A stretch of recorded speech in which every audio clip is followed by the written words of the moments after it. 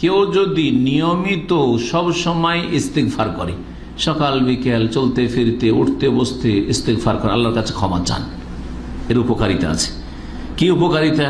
অনেক উপকারিতার মধ্যে এটা একটা হাদিসের উপকারিতা, জাআলাল্লাহু মিন কুল্লি যিকিন মাখরাজা, প্রত্যেক সংকটের সময় আল্লাহ তার রাস্তাকে প্রশস্ত করে দিবেন। যখন মুশকিল, আপনি আল্লাহর কাছে ক্ষমা চান তো কি করবেন? আল্লাহ আপনার মুশকিলকে আসান করে দিবেন। অমিন কুল্লি হাম্মিন ফারাজার, দুশ্চিন্তা দূর করে দেবেন আল্লাহ রাব্বুল আলামিন। বালা মুসিবত দুশ্চিন্তাকে কি করবেন? দূর করে দেবেন, টেনশন দূর করে দিবেন। ওয়া রাযাকাহু মিন হাইসু লা ইয়াহতাসিব, এবং আল্লাহ তাদেরকে রিজিক দিবেন এমন জায়গা থেকে যে সে কল্পনা করতে পারেনি। যাদের চাকরি নেই, আজকাল অনেকে নতুন ভিসা আসছেন, অনেকেই কর্মহীন হয়ে গেছেন, এখানে কোম্পানি বসে গেছে, চাকরি ছুটে গেছে, কফিল খুঁজে বেড়াচ্ছেন, কাজ খুঁজে বেড়াচ্ছেন। জি, বেশি বেশি ইস্তেগফার করেন, সমাধান। মাল্লাজিম আল ইস্তেগফার, বেশি বেশি সকাল বিকাল চলতে ফিরতে আল্লাহর কাছে, আল্লাহ তুমি ক্ষমা করে দাও, আল্লাহ তুমি আমাকে মাফ করে দাও, আস্তাগফিরুল্লাহ ওয়া আতুবু ইলাইহি, শত শতবার ইস্তেগফার করতে থাকেন। তাহলে কি হবে? আপনার জীবনের সংকট দূর হবে, বিপদ আপদ দূর হবে, দুশ্চিন্তা বালা মুসিবত টেনশন দূর হবে, এবং রিজিকের রাস্তায় এমন জায়গা থেকে করবেন কল্পনা করতে পারেননি। ভাবছিলেন যে দাম্মাক কোনো জায়গায় একটা কফিল পেলেই হয়, পেয়ে গেলেন মক্কায় নাহি মদিনায়, বোঝা গেছে কিনা? ভাবছিলেন যে এখানে সৌদি আরবে এসছি, তখন এখানে একটা যে কোনো কাজ আমি করতে রাজি, যদিও আমি শিক্ষিত মানুষ, তারপরে যে কোনো কাজ করতে, একটা লেবারের কাজও করতে রাজি, কারণ এসছি নিরুপায়। আল্লাহ আপনার জন্য এই কষ্টের কাজ হয়তো চাইলেন না, দেশেই পাঠিয়ে দিলেন, আপনি পেরেশান হবেন না।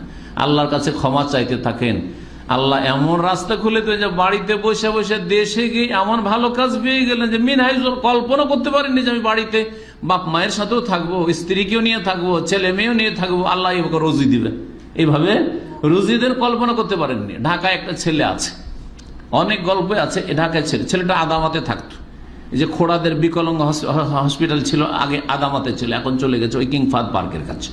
এইখানে ছেলেটা মাত্র 500-550 টাকা চাকরি করতো, মাত্র 550 টাকা, আর সাইকেল নিয়ে ঘুরে বেড়াইতো, আর বিভিন্ন বিল্ডিং এর সিঁড়ি ক্লিন করতো। আর ওই যারা এখানে পুলিশ টুলিশ ব্যাচেলার থাকে তাদের পাক শাক করে দিত, ওই ডিউটির মধ্যে একটু ম্যানেজার ফোরম্যানকে একটু নিজের ফেভারে রেখে চলে যেত ওই ডিউটির ফাঁকে ফাঁকে, বেশি ডিউটি না, এদিকে ক্লিনটাও ঠিক রেখেছে, এদের ওই পাগলগুলোর খাওয়া দাওয়া বা খোড়াগুলোর খাওয়া দাওয়া সব ঠিক রেখেছে। আর তারপরে তখন ওখানে গিয়ে এইসব কাজগুলি করতো, পাকশাক করে দিয়ে আসতো। মোটামুটি সেই যুগে ও বাইরের টাকা দিয়ে বলতো যে আমার 2000-2500 রিয়াল ইনকাম হয়ে যায়, কোন রকম করে চলতো, সাইকেল নিয়ে ছুটে ছুটে করতো, বিভিন্ন মহল্লাতে ছুটাছুটি করতো, সেন্টারে আসতো, তার নামটা বলছে না, নামও মনে আছে। কয়েক বছর হয়ে গেছে, 4-5 বছর হয়ে গেছে, যাওয়ার পরে গত বছরে টেলিফোন করছে আমাকে, আননোন নাম্বার, বাংলাদেশের টেলিফোন আসছে, টেলিফোন উঠাইলাম, বলছে যে শেখ আমি অমুক বলছি, ওই যে ছিলাম মার্কাজুত তাহিলে ছিলাম, মানে বিকলাঙ্গ হাসপাতালে ছিলাম, আমার কথা মনে আছে, আপনার দার্সে অনেক আসতাম ইত্যাদি, খুব ভালোভাবে মনে আছে। ওদের ওখানেও বক্তব্য যেতাম মাঝে মাঝে, যারা কর্মচারী সেখানে আছে তাদের জন্য। তো বলছে যে আমি আলহামদুলিল্লাহ এখন ঢাকাতে 2টো দোকানের মালিক হয়েছি, হোলসেল কাপড়ের দোকান, পাকিস্তান থেকে সুতি কাপড় নিয়ে আসছি, বাংলাদেশে সুতি কাপড় তো আছেই, আর তারপরে আমার আন্ডারে 4-5 জন কর্মচারী চাকরি করছে।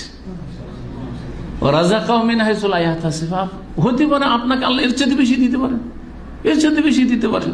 জি, যা অতীতে ভুল ভ্রান্তি হয়েছে তার উপর আল্লাহর রহমত থেকে নিরাশ হবেন না। সূরা জুমারের আয়াত নম্বর 53 দিয়ে আজকের আলোচনা শেষ করছি। মহান আল্লাহ ইরশাদ করছেন, কুল হে নবী, মানুষকে বলে দাও যে আল্লাহ বলছেন তোমাদেরকে ঘোষণা করি, ইয়া ইবাদিয়াল্লাযিনা আসরাফু আলা আনফুসিহিম লা তাকনাতু মির রাহমাতিল্লাহ ইন্নাল্লাহা ইয়াগফিরুয যুনুবা জামিআ ইন্নাহু হুয়াল গফুরুর রহিম। হে আমার বান্দারা, আল্লাহ বলছেন, আল্লাযিনা আসরাফু আলা আনফুসিহিম, যারা নিজেদের উপর জুলম অত্যাচার করেছো, বাড়াবাড়ি করেছো, পাপ করেছো, অন্যায় কাজ করেছো, যা হয়ে গেছে হয়ে গেছে, করার কিছু নেই, উপায় নেই।